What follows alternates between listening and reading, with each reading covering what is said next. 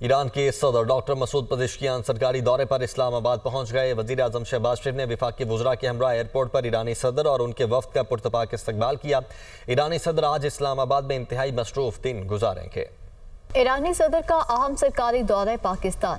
لاہور میں قیام کے بعد اسلام آباد آمد، ہوائی اڈے پر شاندار استقبال۔ ایرانی وزیر خارجہ سید عباس عراقچی، سینئر وزراء اور دیگر اعلیٰ حکام بھی ایرانی صدر کے ہمراہ ہیں۔ نور خان ایئر بیس پر وزیر اعظم شہباز شریف، نائب وزیر اعظم اور وزیر خارجہ اسحاق ڈار، وزیر اطلاعات عطا طاہر اور دیگر حکام نے ایرانی صدر کا استقبال کیا۔ سفارتی ذرائع کے مطابق ایرانی صدر وزیر اعظم شہباز شریف سے ملاقات کریں گے۔ دونوں رہنماؤں کے درمیان وفود کی سطح پر مذاکرات ہوں گے۔ باہمی معاہدوں اور مفاہمتی یادداشتوں پر دستخط بھی کیے جائیں گے۔ Doctor Masoud Pezeshkian chairman senate Yousuf Raza Gilani اور اسپیکر قومی اسمبلی سردار ایاز صادق سے بھی ملاقاتیں کریں گے۔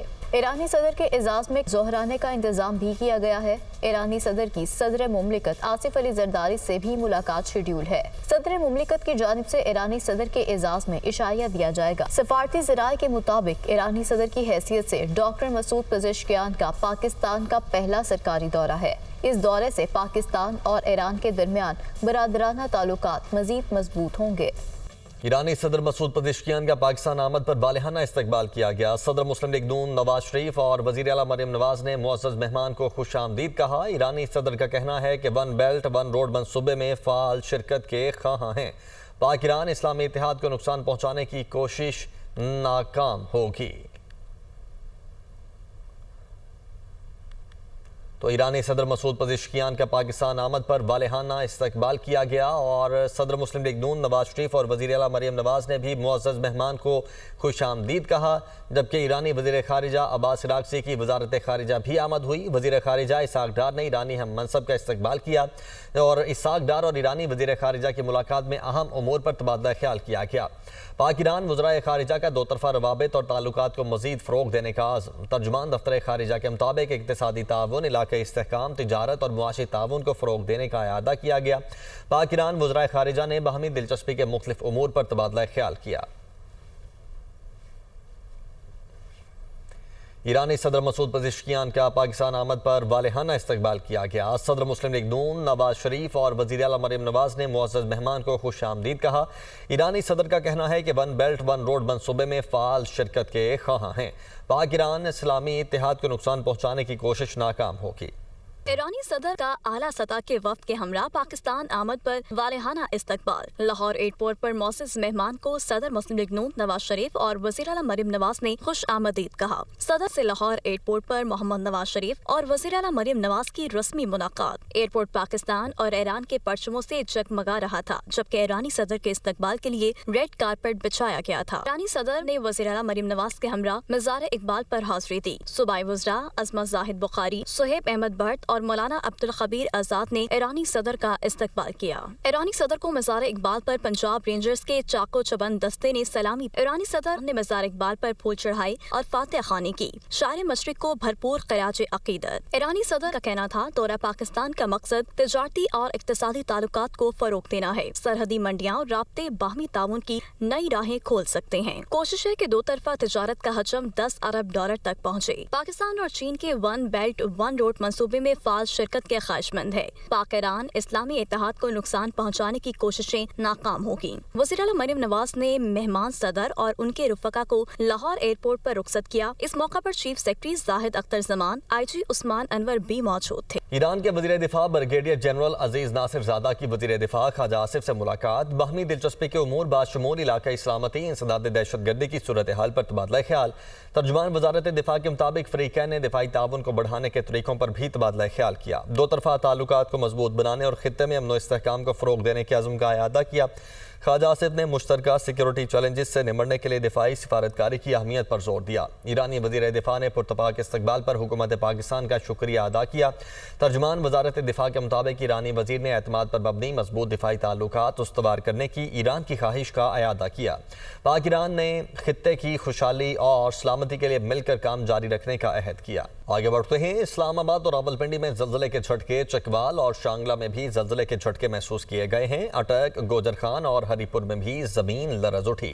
مری میں بھی زلزلے کے جھٹکے محسوس کیے گئے۔ مانسہرہ اور مردان میں بھی زلزلہ پیما مرکز کے مطابق ریکٹر سکیل پر زلزلے کی شدت 5.1 ریکارڈ، گہرائی 10 کلومیٹر تھی۔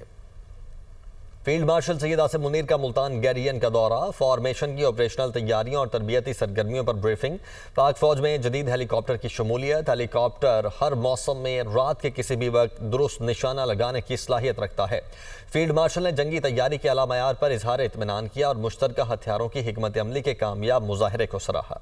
ملک کی دفاع کو مضبوط تر بنانے کے لیے ایک اور کامیاب قدم، پاک فوج میں Z-10ME ہیلی کاپٹر کی شمولیت۔ جدید ہیلی کاپٹر بہترین ریڈار، الیکٹرانک وارفیئر اور نائٹ سٹرائک کی صلاحیت سے لیس ہے۔ ISPR کے مطابق فیلڈ مارشل سید آصف منیر نے ملتان گیریزن کا دورہ کیا۔ کور کمانڈر ملتان نے فیلڈ مارشل کا پرتپاک استقبال کیا۔ فیلڈ مارشل کو فارمیشن کی آپریشنل تیاریوں اور جاری تربیتی سرگرمیوں پر بریفنگ دی گئی۔ سید آصف منیر نے تیاریوں کے اعلیٰ معیار پر اطمینان کا اظہار کیا اور قومی خود مختاری و علاقائی سالمیت کے تحفظ کے لیے پاک فوج کے غیر متزلزل عزم کا اعادہ کیا۔ فیلڈ مارشل نے اکیڈیمیا اور سول سوسائٹی کے اراکین سے ایک تعریفی سیشن میں ملاقات کی۔ فیلڈ مارشل نے قومی یکجہتی، سول ملٹری ہم آہنگی اور ہائبرڈ خطرات کا مقابلہ کرنے کے لیے قوم کی شراکت داری کی اہمیت پر زور دیا۔ فیلڈ مارشل نے پاکستان آرمی ایوی ایشن میں جدید Z-10ME اٹیک ہیلی کاپٹر کی شمولیت کی تقریب کی صدارت بھی کی۔ یہ ہیلی کاپٹر جدید ترین آل ویدر پلیٹ فارم دن اور رات میں درست نشانہ لگانے کی صلاحیت رکھتا ہے۔ جدید ریڈار اور الیکٹرانک وار فیئر سسٹم سے لیس یہ ہیلی کاپٹر فضائی اور زمینی خطرات سے نمٹنے کی صلاحیت میں نمایاں اضافہ کرے گا۔ فیلڈ مارشل نے مظفر گڑھ فیلڈ فائرنگ رینج میں نئے شامل کردہ Z-10ME ہیلی کاپٹرز کی فائر پاور کا عملی مظاہرہ بھی دیکھا۔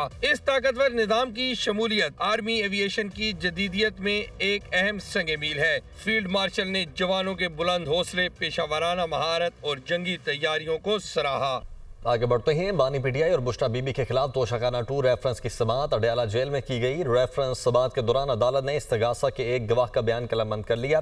ملزمہ بشرا بی بی کے وکیل نے گواہ پر جرح مکمل کر لی۔ بانی پی ٹی آئی کے وکیل گواہ پر آئندہ سماعت پر جرح کریں گے۔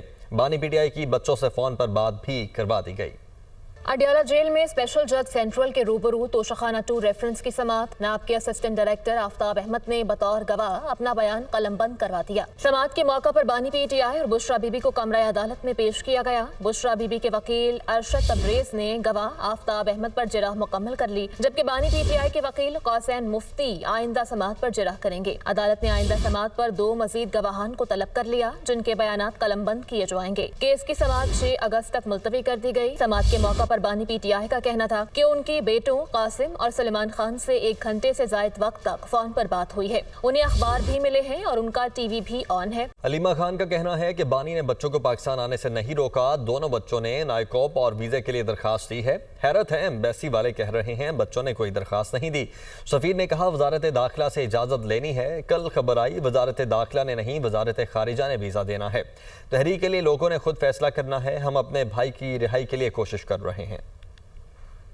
بچوں کے پاس نائکوپ ہے تو انہوں نے 2 اپلیکیشنز دی ہیں، نائکوپ کے لیے بھی دیے ہیں اور وہ کیا ہوتا ہے ویزے کے لیے بھی۔ تو اس کے لیے میں ٹیوزڈے کو ڈال دی تھیں اپلیکیشنز۔ اب ایمبیسی والے کہہ رہے ہیں ہمیں ملی نہیں ہے۔